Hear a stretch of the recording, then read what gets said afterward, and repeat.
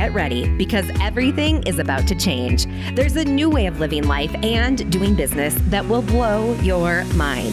This is a podcast all about the timing of life and the timing of success. It's what we call the Right on Time life, and you are listening to the Right on Time podcast with Amber McHugh.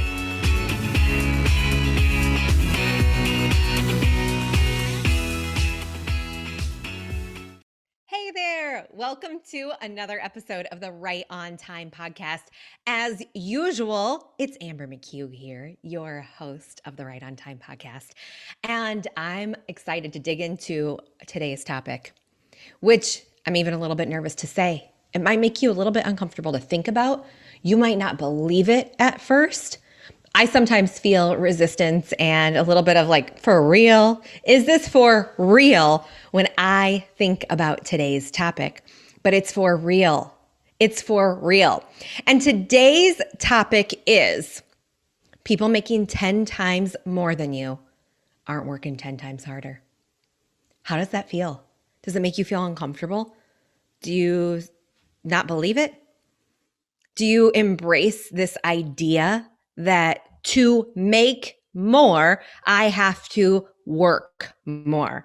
I have to have more output. I have to deliver more. I have to execute more. I have to keep going. I have to stay busy. I too have worn the badge of honor called busy in my past. And as I have grown in my career and as I've watched leaders who are excelling and the leaders I admire, look at the leaders you admire. What do they do different? What do they have in common? The leaders I admire are not grinding every day. They have time and space for the people they love and the people they care about. They have time and space to take care of themselves on a regular basis. They make time for those vacations. And this isn't by accident. There is a design that goes into leading and growing a business like yours in a way that allows you to have financial success, time freedom, and allows you to live your dreams in addition to having clients you love and who adore you right back. Yes, this isn't just about us and what we want, right? We know that as entrepreneurs, we have to take care of our clients in a meaningful and in a loving way. But it doesn't mean we have to be grinding all the time, hustling and cranking it out. Sure, of course, there are seasons of hustle. There are seasons where I am busier. And before my spring break, I worked until midnight to make sure I got everything done and everything buttoned up before I left. Yes, there are seasons of this. But overall, the person who elevates, the person who is growing a successful business that scales beyond my imagination, really, is not necessarily working 10 times harder. When I think about these concepts and when I think about these ideas, I look at them in practice. So we've got examples of this and we've got anecdotes of this, but I also love it when I see it happening in my own life. So I've got my own examples to back this up. I currently operate 2 businesses, as you may know, 3 Boudoir and business consulting boutique, ambermchugh.com. One photography company that operates a bit like an agency, right? If you think about business models, we are a photography business. But as I think about my past in agencies and in consultings, there are some similarities in how we operate to that. And then, of course, on the Amber McHugh side, I am showing up for my clients on a regular basis. So I want to give you that scenario setting so you know that it's possible to run 2 successful businesses, serve clients, show up, and still have space and time. And then third, I love it when I can get data to back up these beliefs, to back up what I'm seeing happening with my colleagues in the market in my own life. Like, is this for real? Is this for real that people making 10 times more than you are not working 10 times harder? Well, let me share that I came across some data on business leaders who are growing and successful. And I want to share some things that those business leaders do differently that demonstrate this fact. Okay, so we're going to dive into a couple of reasons why that underscores how people making 10 times more aren't necessarily working 10 times harder. The first insight, I've referred to this book so many times. If you don't have it on your bookshelf yet, probably your Kindle, because it's a highly coveted book right now. And I just checked Amazon and the price has ticked right up. So you can still get it on your Kindle or Audible or from the library. But the book is called Business Brilliant. And in this book, my friend Lewis Schiff talks about the difference between middle class, those individuals who stay in the middle class, and those individuals who escalate to self-made millionaire or billionaire. Now, the saying goes self-made, but even in the book and in the research, those people who are defined as self-made millionaires and billionaires who escalate from middle class to millionaire and billionaire level engage the help of others when they know that there is someone else that can do this thing, you name it, you fill in the blank. Self-made millionaires and billionaires engage the help of others when they know there is likely someone out there that can do that task better than you can do it. What does this mean? Does this mean I need to hire a big team? Does this mean that I need to bring on my first employee? No, not necessarily. This can happen in a variety of different ways.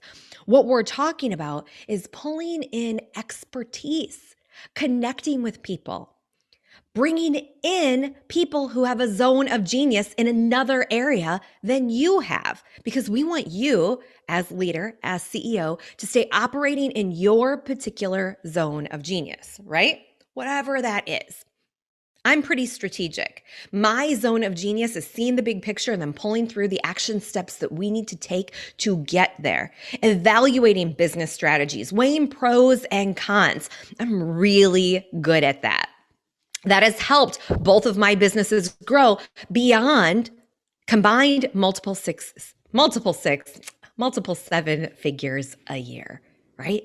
Not that the revenue mark matters, but as demonstration of my skill set, I have a metric to tie to that, right? So you want to look and watch for metrics in your business that align with your zone of genius and ensure that you're focused on the right things. You need to be focused on the $100 bills, not all the things. And when you do that, when you focus in your zone of genius and you bring in experts when it's not your zone of genius, you will accelerate your results and you won't have to work as hard to get those results. One example. Another interesting tidbit on this very specific working hard topic that I came across from research completed and reported in the Harvard Business Review. And it talks about this idea of what does it take to be a successful CEO?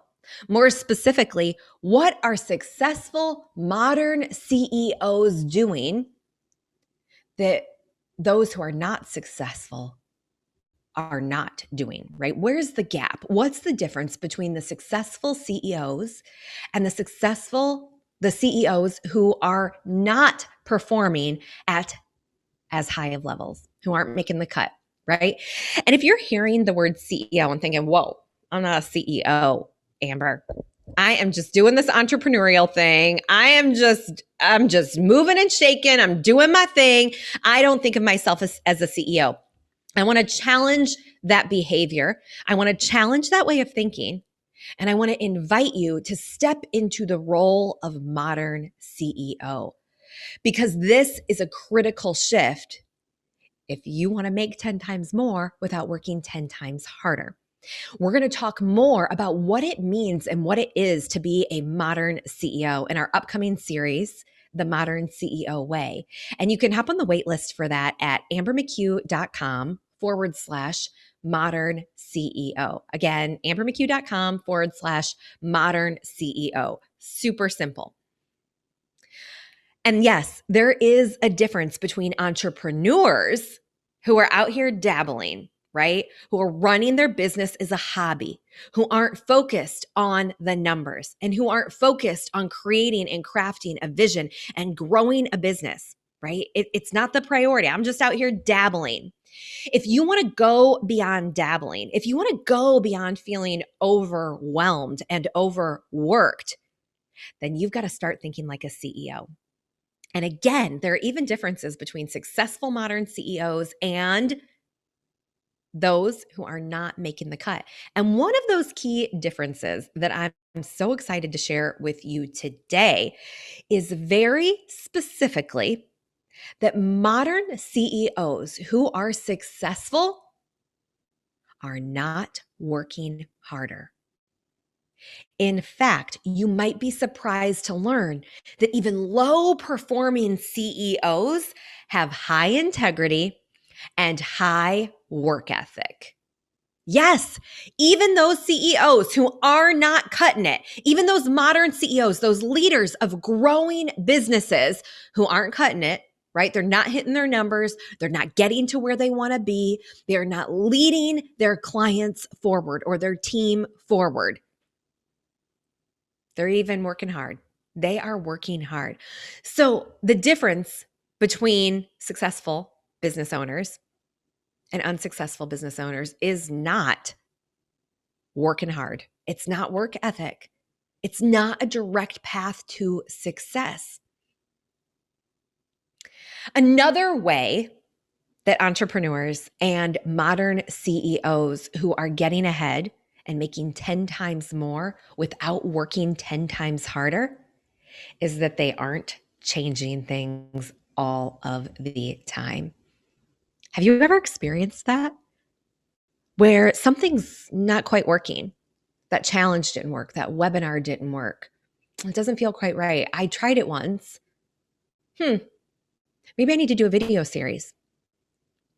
I'm going to try something new every single month. Then I'll figure out what works. Oh man, do I have stories on this? I call that persona, the persona of the person who's hopping from one marketing strategy to the next marketing strategy to the next, the messy marketer. And in our upcoming Modern CEO Way series that we're preparing for you that will be released summer 2021 for the first time ever, I'm going to share with you the differences between how the messy marketer and how the modern CEO were differentiated and got results in my businesses, right? What were the differences in the results when I showed up as a messy marketer versus the results when I showed up as a modern CEO? I mean, I bet you can guess, but I'm going to break down those details for you in that upcoming video series. So I want to make sure you get signed up for it at ambermccue.com/modern CEO. But those successful CEOs embrace mundane. They embrace steady. They are reliable. They are consistently creating change in alignment with what's happening in the marketplace. Those CEOs who operate steadily, guess how much more likely they are to succeed than those who are operating like the messy marketer. CEOs who are steady, CEOs who are reliable, grow 15 times more than those who are operating like the messy marketer. 15 times more. Mind blown. This is a hard one for me to swallow. It's a tough pill for me to swallow because I like change. I get excited when we get to create something new. But if you want to get ahead, if you want to grow 15 times faster, if you want to have a chance at accelerating your growth and making 10 times more without working 10 times harder, we've got to embrace steady. We've got to embrace reliability. We've got to embrace consistency. And yes, we're going to integrate change, but we're going to evaluate and not make all the changes all the time. You with me? I sure hope so, because I'm excited to see your growth as we move ahead as well.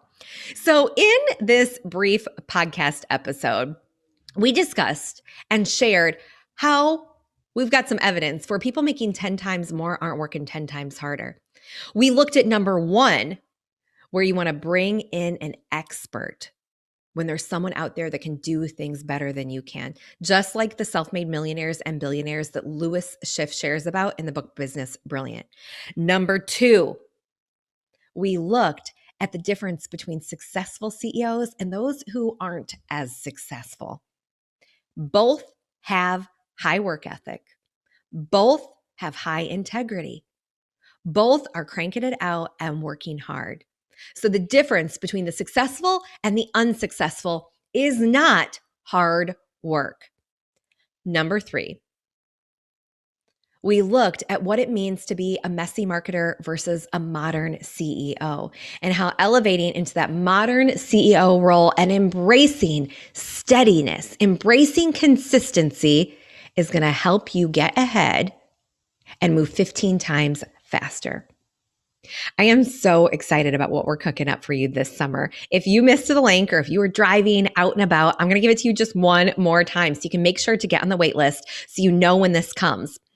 ambermccue.com/modern CEO is the place to go to get on the wait list for the video series that we have preparing for you. That's going to be so much fun. We're going to have just a fun time because it's summertime after all.